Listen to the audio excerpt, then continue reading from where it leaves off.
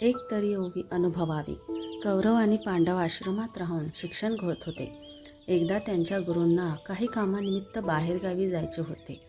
जाताना त्यांनी सर्व विद्यार्थ्यांना ते परत येईपर्यंत काही पाठांचा अभ्यास करण्यास सांगितले.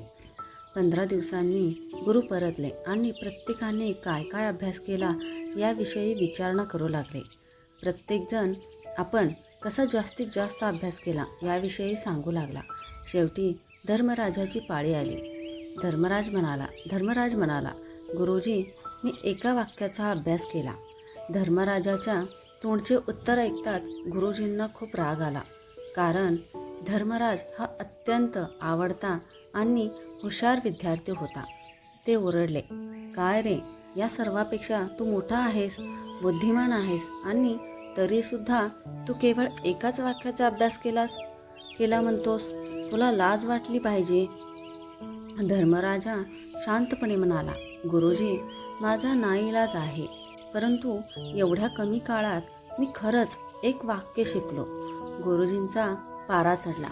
ते खवळले आणि म्हणाले, मूर्खा, लेका, तू आळशीच नाहीस तर निर्लज्ज पण आहेस. तरीही धर्मराजा शांतच होता.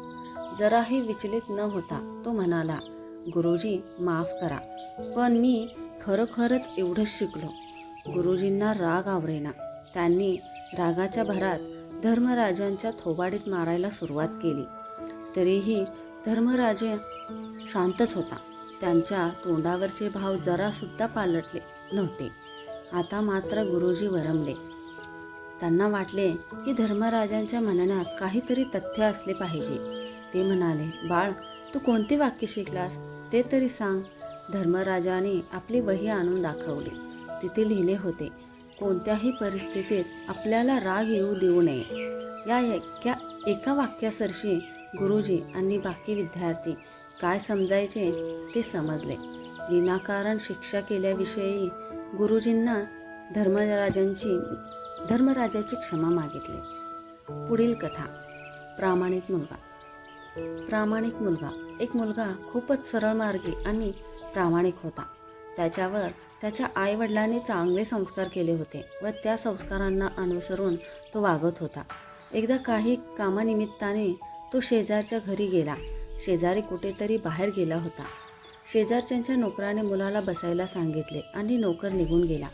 मुलगा तिथे बसला होता. तिथे जवळच एका टोपलीत उत्तम दर्जाची सफरचंद ठेवली होती. पुढील कथा ऐकायला चॅनलला सबस्क्राईब करा. धन्यवाद.